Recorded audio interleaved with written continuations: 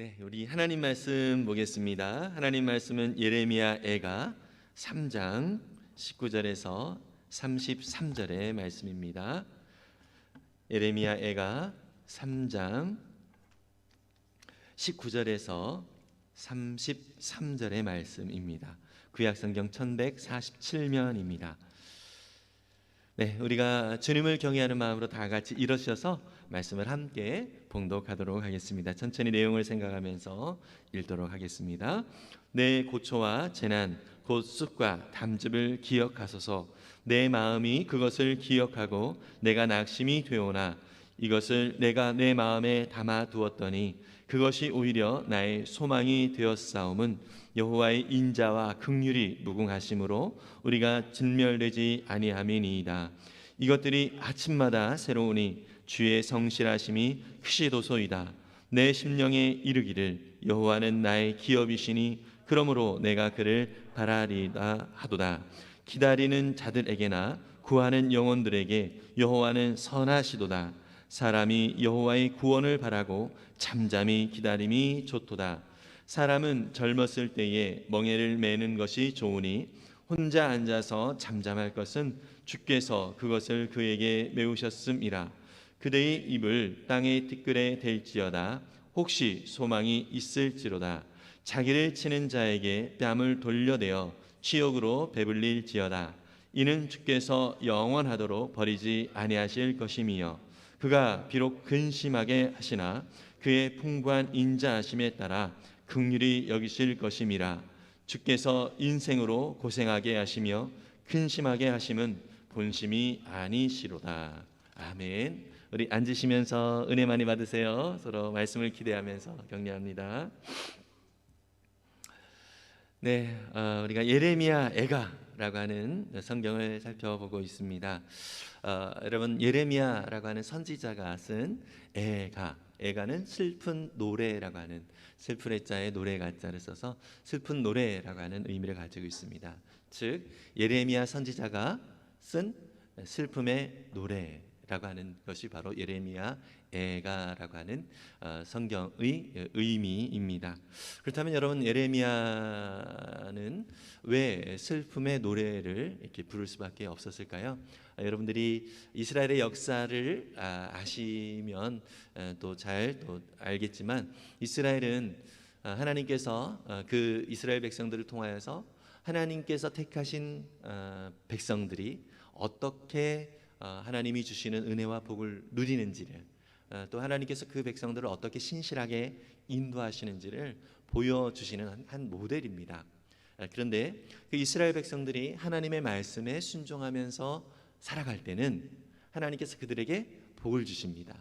그러나 하나님의 말씀에 그 이스라엘 백성들이 순종하지 아니하고 자기 마음대로 살아갈 때는 어떻게 합니까? 하나님께서 그들에게 매를 들어서 그들을 징계하시죠.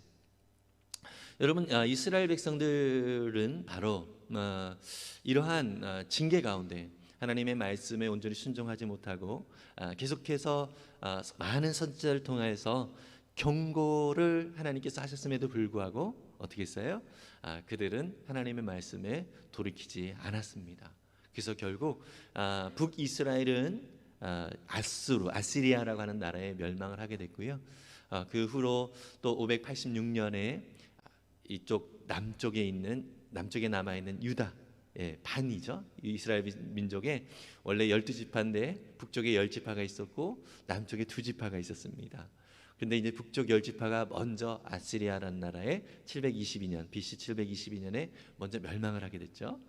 그리고 나서 BC 586년에 남쪽 남아있던 이 2지파 유다지파, 베냐민지파 이 2지파가 남아있던 이 유다, 남유다라고 하는 이 나라도 바벨론이라고 하는 나라에 멸망을 당하게 됩니다.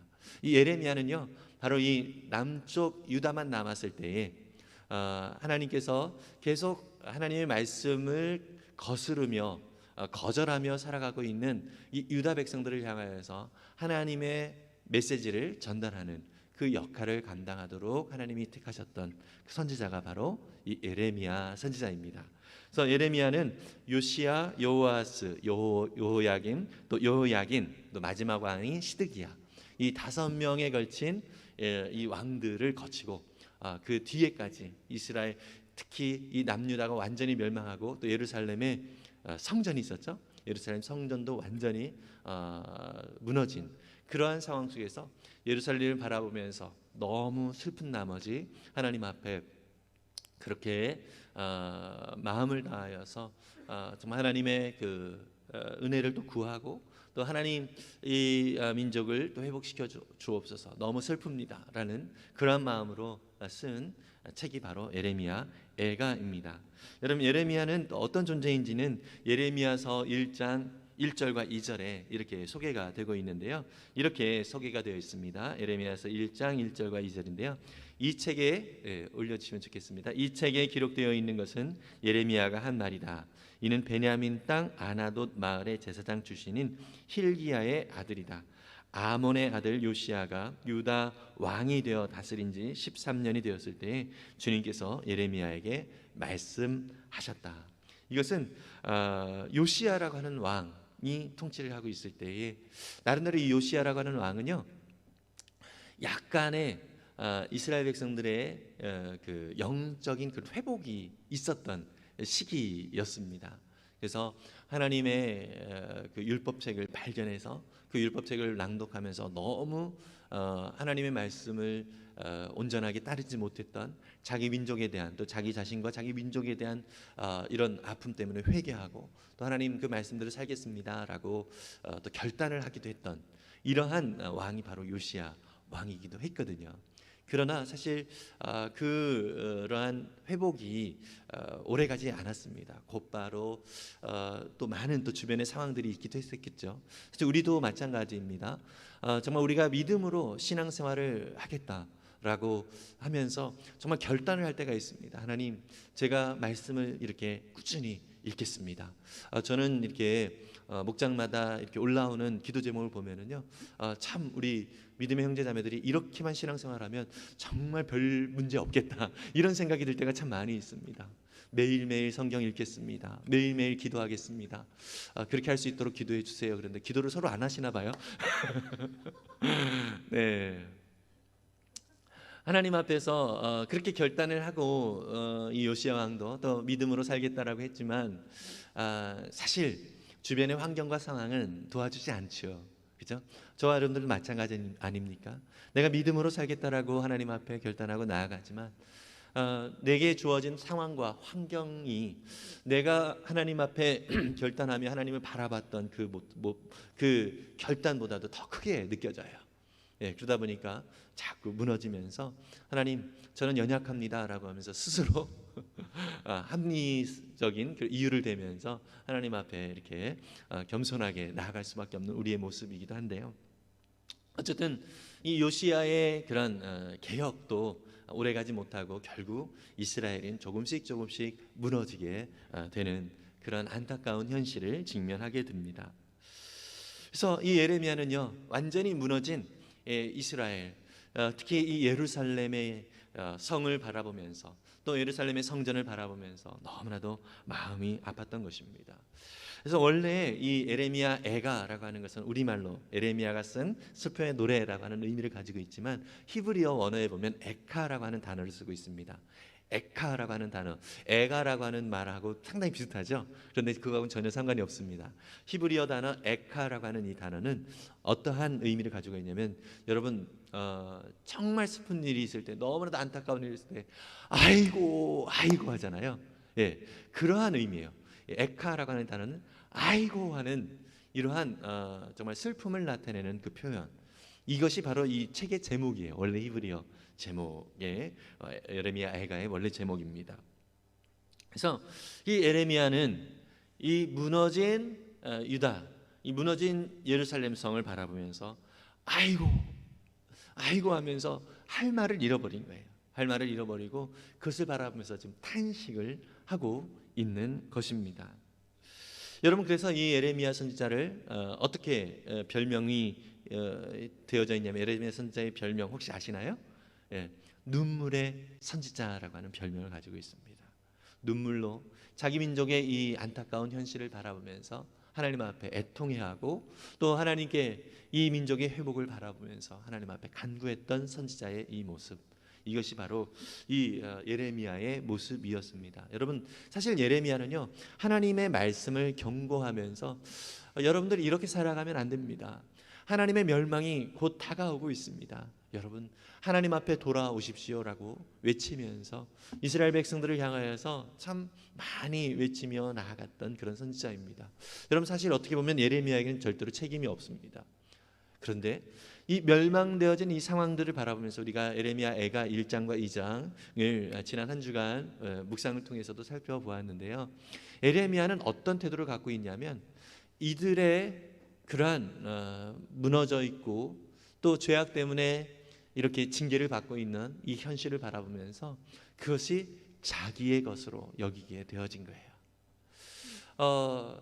자기는 열심히 해서, 만약 저라면 이랬을 거예요. 거봐, 내가 뭐라고 그래서 하나님 앞에 돌아오라고 했잖아. 그런데 너희들 잘 됐어 정말, 이러면서 사실 책임을 그냥 그들에게 돌릴 수 있을 것 같아요. 그런데 예레미야는 어떻게 하고 있어요? 그들의 아픔이, 또 그들의 죄악의 결과로 맺어진 이러한 징계가 자기의 것으로 여기게 되어진 거예요. 여러분, 마치 모세가 하나님 앞에 이 백성들을 향하여서 하나님이 화가 나셨잖아요. 하나님 앞에 화가 나가지고 이 백성들을 진멸하겠다 이렇게 얘기했는데, 하나님 차라리 하나님의 생명책에서 내 이름을 지워주세요. 제발 이 백성들을 용서해 주세요. 이러면서 백성들을 위하여 하나님 앞에 기도를 한 모세의 모습을 여러분 기억하시죠? 바로 그러한 이 예레미야 선지자는 그러한 마음으로 다가가고 있습니다. 여러분, 이것이 하나님의 마음을 품은 자의 모습이고요, 하나님이 주시는 그 은혜를 따라 정말 이 땅을 하나님의 시선으로 바라보는 자의 모습이라는 것이죠. 여러분, 저와 여러분들도 한번 돌아보시면 좋겠습니다. 특히 우리 목자, 목녀님으로 섬기고 계시는 분들은 우리 목원들을 바라볼 때 자기 책임이 아닌데 자책을 하는 경우들이 많이 있어요. 내가 잘 못 섬겨서 그런가 아닌가, 내가 기도를 많이 안 해서 그런 거 아닌가, 이런 식의 자책을 하는 경우들이 참 많이 있거든요. 여러분, 이것이 결국 하나님 아버지의 마음을 품은 예레미야 선지자와 같은, 모세와 같은 그 마음을 품은 자들의 모습이 아닐까 싶습니다. 여러분, 그렇지만 그냥 산 넘어 불 보듯이 그냥 저 사람의 잘못이야 이렇게 얘기하고 있는 것은 아직 우리가 어떠한 모습이죠? 영적으로 성장하지 못했다라고 하는 그런 모습입니다. 책임을 회피하고 나아가는 이 모습, 여러분, 이것은 죄의 가장 확실한 또 특징이기도 하죠. 죄의 특징이 무엇이었습니까? 책임을 회피하는 거예요. 내 책임이 아니야, 이러한 식의 생각을 가지고 있는 것이죠. 물론 여러분, 모든 것을 나의 책임으로 여기라는 얘기는 아닙니다. 그냥 하나님께서 주시는 마음으로, 하나님이 주시는 마음을 내 마음에 새기고 또 하나님이 주시는 마음으로 영혼들을 바라보면서 기도하는 것, 이것이 바로 예레미야의 심정으로 나아가는 그의 백성들의 모습이라고 하는 것이죠. 예레미야 예가를 보면은요, 겉으로는 슬픔과 고난이 많이 있습니다. 그들의 모습 깊은 곳에 정말 너무나도 큰 고난과 아픔 가운데 있는 이 현실, 너무나 절망스러운 현실이지만 예레미야는 하나님 앞에 이러한 애통의 노래를 부르면서 소망을 가지고 있는 것을 볼 수 있습니다. 여러분, 오늘 우리가 읽은 이 3장 중반부를 우리가 읽었는데요, 바로 이 부분이 예레미야가 애통하는 가운데서, 정말 슬퍼하는 가운데서도 하나님, 그래도 하나님께만 우리의 소망이 있습니다. 하나님께만 우리가 나아갈 때에 우리는 살아날 수 있습니다. 이렇게 하나님 앞에 외치며 나아가는 이 예레미야의 모습을 우리는 볼 수 있습니다. 지금은 하나님 앞에서 징계를 받고 있는 것 같지만 이러한 징계, 이러한 고난 이후에 누리게 될 소망에 대하여 예레미야는 노래하고 있는 것입니다. 이것이 저와 여러분들, 우리 그리스도인들이 가진 소망이라고 하는 것이죠. 하나님 아버지는 징계하는 것으로 끝나지 아니하고요, 우리 그 백성들에게 하나님이 주신 놀라운 언약, 그 약속이 무엇인지 우리 가운데 소망을 허락하여 주시는 분이시다는 것이죠. 히브리서 12장 5절에서 7절까지의 말씀을 한번 보겠습니다. 같이 읽겠습니다. 히브리서 12장 5절에서 7절입니다. 함께 읽습니다. 또 여러분은 하나님께서 여러분을 향하여 자녀에게 말하듯이 하신 이 권면을 잊었습니다. 내 아들아, 주님의 징계를 가볍게 여기지 말고 그에게 꾸지람을 들을 때에 낙심하지 말아라. 주님께서는 사랑하시는 사람을 징계하시고 받아들이시는 아들마다 채찍질 하신다. 징계를 받을 때에 잡아내십시오. 하나님께서는 자녀에게 대하듯이 여러분에게 대하십니다. 아버지가 징계하지 않는 자녀가 어디에 있겠습니까? 아멘. 여러분, 우리 가운데 징계가 있다라고 하는 것은 하나님께서 우리를 사랑하시는 자녀로 여기고 계시기 때문에 우리 가운데 징계를 하시는 것이죠. 여러분, 이스라엘 백성들에게 있어서 바로 이러한 징계가 있는 것입니다. 물론 여러분, 우리 가운데 어려운 이 고난이라고 하는 것은 다양한 이유 때문에 다가옵니다. 여러분, 꼭 하나님의 징계, 왜 나한테 이런 징계를 주시지, 이렇게 징계로만 생각하실 필요가 없어요. 왜냐하면 욥의 경우도 있으니까요. 여러분, 그래서 우리는 다양한 경우에 우리의 고난과 어려움을 해석을 해야 됩니다. 그러나 모든 징계와 같은 고난과 아픔 속에 있을 때에 우리가 바라볼 것은 오직 하나님이라는 것입니다. 믿으십니까? 여러분, 그래서 이스라엘 백성들에게 이 예레미야도 지금 우리가 징계를 받고 있지만 이 징계를 통해서 하나님께서는 우리에게 새로운 회복을 주실 것이야, 이렇게 그들에게 소망을 말을 해주고 있는 것입니다. 결국 지금 그들이 누리고 있는, 지금 그들이 경험하고 있는 이 슬픔과 또 아픔과 이 징계 가운데 있는 것은 새로운 회복을 위한 발판이 되는 것이라는 거죠. 왜요? 하나님이 아버지가 되어주시기 때문이라는 것이죠. 여러분, 아기에게 있어서 여러 가지 어려움, 고통이 있을 거예요. 그런데 아기에게 있어서 여러 가지 어려움들, 고통이 있긴 하겠지만 말을 못하는 이 아기에게 있어서는 만약에 아이가 배고프다라고 해봅시다. 그러면 이 아기는 어떻게 하는 게 최선일까요? 말을 못하고 있어요. 맞아요. 울어야 돼요. 응애응애 울어야 됩니다. 여러분, 그렇게 응애응애 울 때 누가 들어요? 예, 엄마가 듣죠. 아빠도 들어요. 아빠도 듣지만 주로 엄마가 먼저 가죠. 예, 응애응애 울으면 엄마가 아이의 필요를 채워줍니다. 여러분, 우리가 이 예레미야 애가를 통하여서 볼 수 있는 것이 바로 이런 거예요. 울고 있어요. 슬퍼하고 있어요. 이것은 어떤 의미를 가지고 있냐면 그냥 울고 절망이 아니라 울음의 대상, 호소하는 대상이 있다는 거예요. 아기가 그냥 우는 것으로 끝나는 것이 아니라 그 울고 나서의 엄마의 손길이 이 아기에는 평안으로 다가오게 되잖아요. 그죠? 저와 여러분들도 슬픔과 아픔 가운데 있을 때, 고난 가운데 있을 때에 여러분 울어야 합니다. 그때 어떻게 해요? 하나님께서 들으시고 하나님께서 도움의 손길을 우리 가운데 펼쳐 주시는 것이죠. 고아원에서 치과 의료 봉사를 하는 분의 이야기를 들은 적이 있습니다. 치과 의료 봉사를 하고 있는데 어떤 아이가 이쯤 되면 울어야 되는데 울지를 않는 거예요. 그래서 너무나도 이상해가지고 물어봤다고 합니다. 얘야, 너 너무 많이 아팠을 텐데 왜 안 울었냐? 그랬더니 이 아이가 하는 말이, 자기가 울어도 자기를 돌봐줄 사람이 없다는 걸 알기 때문에, 울어도 소용이 없다는 것 때문에 울지 않았다라는 거예요. 여러분, 이 아이의 모습은 어떤 모습입니까? 정말 장한 아이입니까? 아니면 불쌍한 아이입니까? 불쌍한 아이죠. 너 아픈데도 잘 참았어, 이런 장한 아이가 아니에요. 울어도 해결해 줄 사람이 없는, 해결해 줄 대상이 없는 너무나도 안타까운 현실에 처해 있는 아이라는 것이죠. 여러분, 이것이 세상의 모습인 것입니다. 사람들은요, 우리가 하나님 아버지라고 부르는 그 하나님 아버지를 잘 모르고 있어요. 그래서 그들이 꿋꿋하게 살아가는 것 같지만 어떻게 보면 그들이 울어도 무엇인가 그들을 향하여 손을 내밀어 줄 대상이 없기 때문에 참고 있는 것입니다. 여러분, 우리가 참을성이 없다라고 스스로 읽지 말고요, 울고 싶을 때는 울으셔야 됩니다. 힘들 때는 힘들다고 말을 해야 됩니다. 그때 우리 하나님 아버지는 우리에게 사랑의 손길을 내밀어 주시는 것입니다. 우리에게는 하나님 아버지가 계십니다. 믿으십니까? 우리가 어떻게 해야 될지 모를 때 가장 좋은 방법은 하나님 아버지께 눈물로 울면서 나아가면서 구하는 것입니다.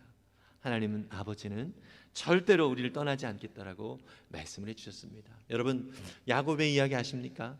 야곱이 이제 자기 집을 떠나서 또 형을 떠나서 지금 정처 없이 떠나고 있는 그런 상황 속에서 이 베델이라는 곳에서 하나님을 만나게 되죠. 하나님께서 그때 이 야곱에게 뭐라고 말씀을 하십니까? 창세기 28장 15절의 말씀입니다. 함께 읽겠습니다.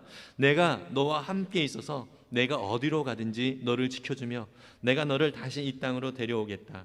내가 너에게 약속한 것을 다 이루기까지 내가 너를 떠나지 않겠다. 아멘. 지금 야곱은 정처 없이 지금 나그네의 모습으로 정말 기댈 곳이 없는 그러한 상황 가운데 있는 그러한 야곱의 모습입니다. 근데 그때 하나님께서 이 야곱에게 약속하십니다. 내가 너가 어디에 있든지 어디로 가든지 너를 지켜줄 것이다.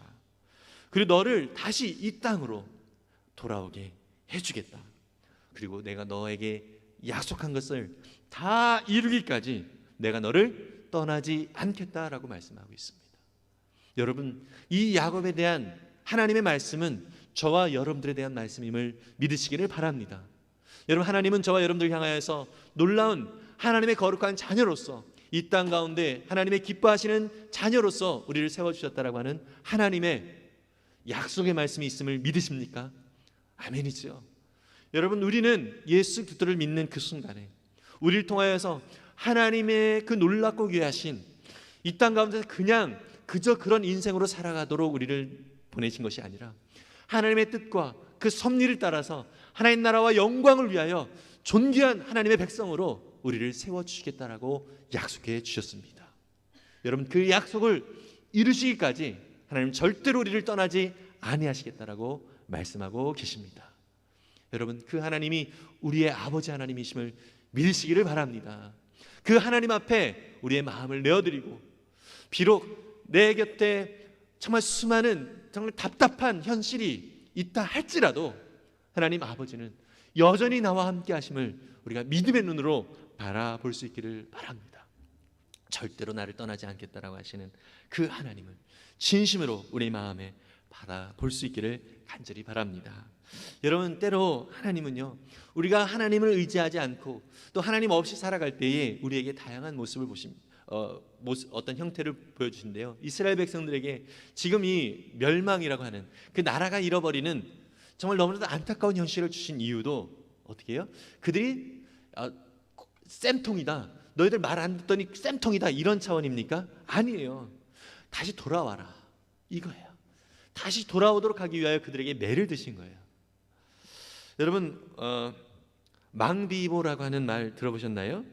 예, 강중만 씨가 쓴 수렁 속에서도 별은 보인다라고 하는 책에 나오는 표현인데요. 망비보. 예, 무슨 말이냐면 망하면 비로소 보이는 것들, 이것을 준말이라고 합니다. 망하면 비로소 보이는 것들, 망비보. 예, 이렇게 쓴다고 해요. 여러분, 돼지 있죠, 돼지. 예, 돼지가 하늘 쳐다보는 거 본 적 있으신 분 계세요? 돼지가 고개를 들어서 하늘 쳐다보는 거. 예, 돼지는요, 머리 그 후두 부분이 뒤로 젖히지 않는 구조라고 합니다.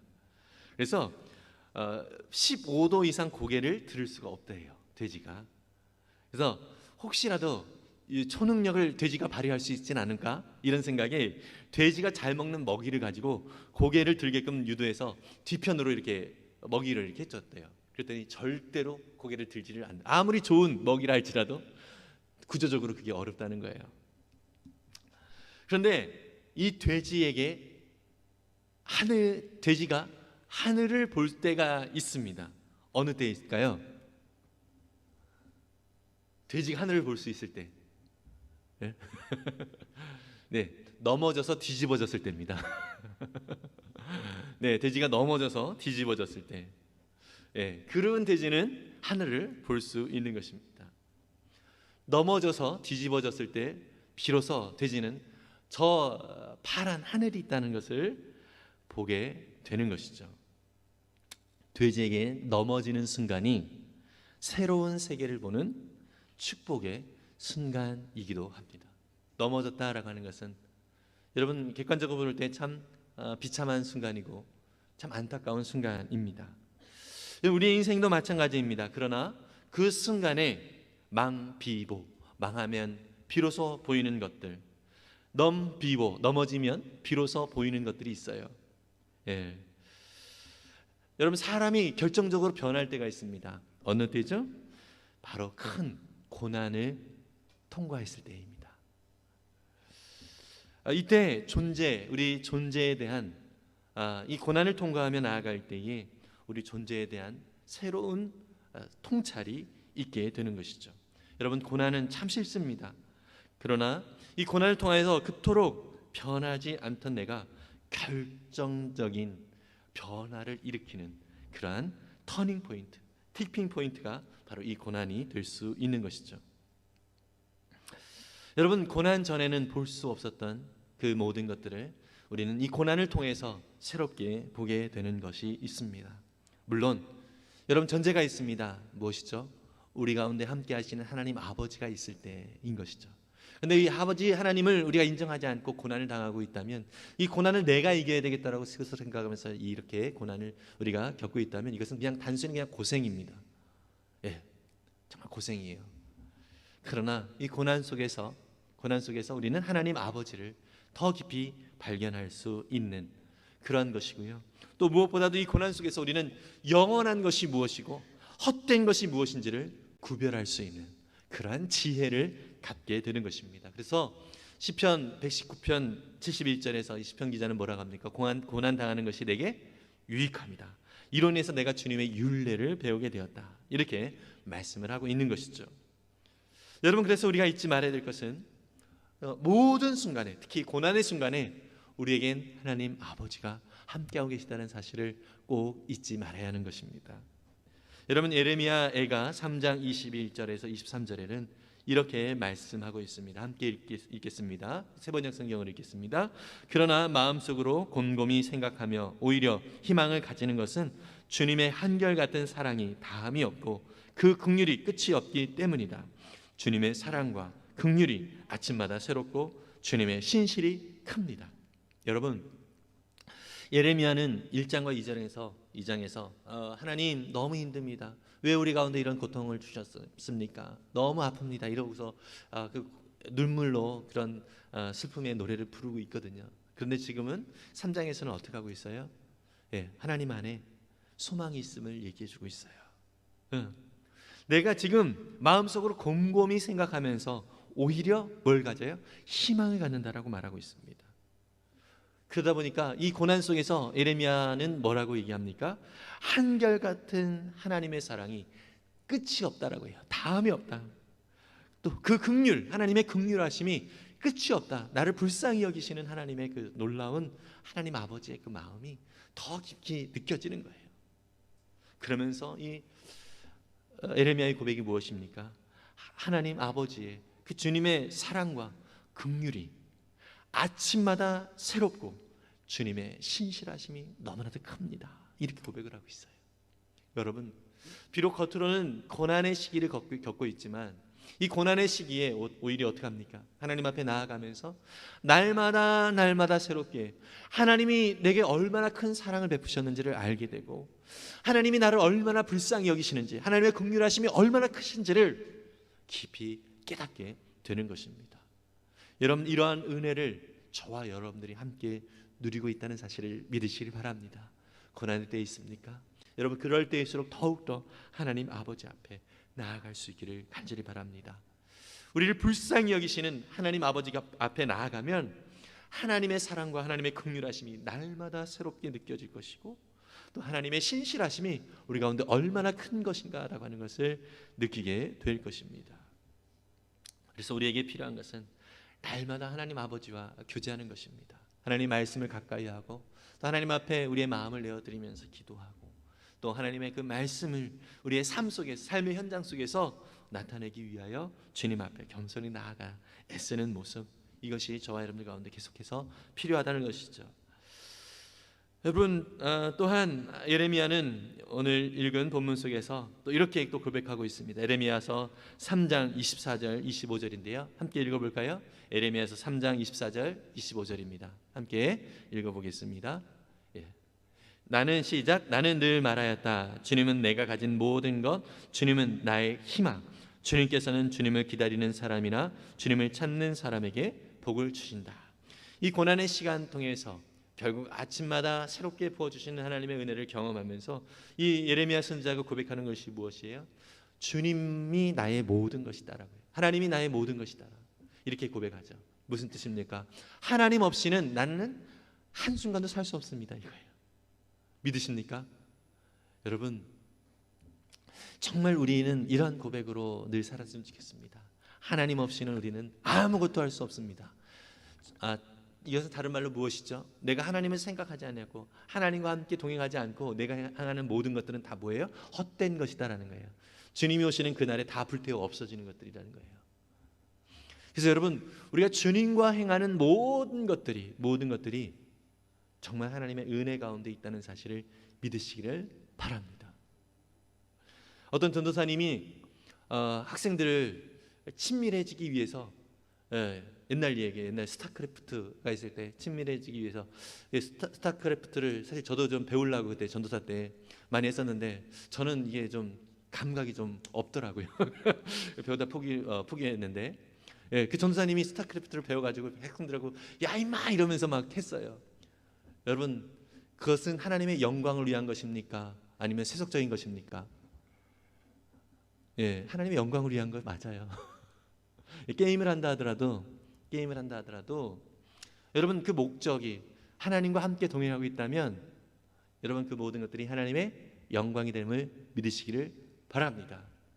반면 예배의 자리에 나와서 하나님 주십시오 이렇게 한다면 여러분, 그것은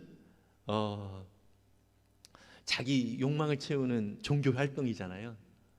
그것은 하나님께 영광이 되어지지 않습니다. 오히려 그것은 하나님만 못하는 일이 되어지는 것이죠.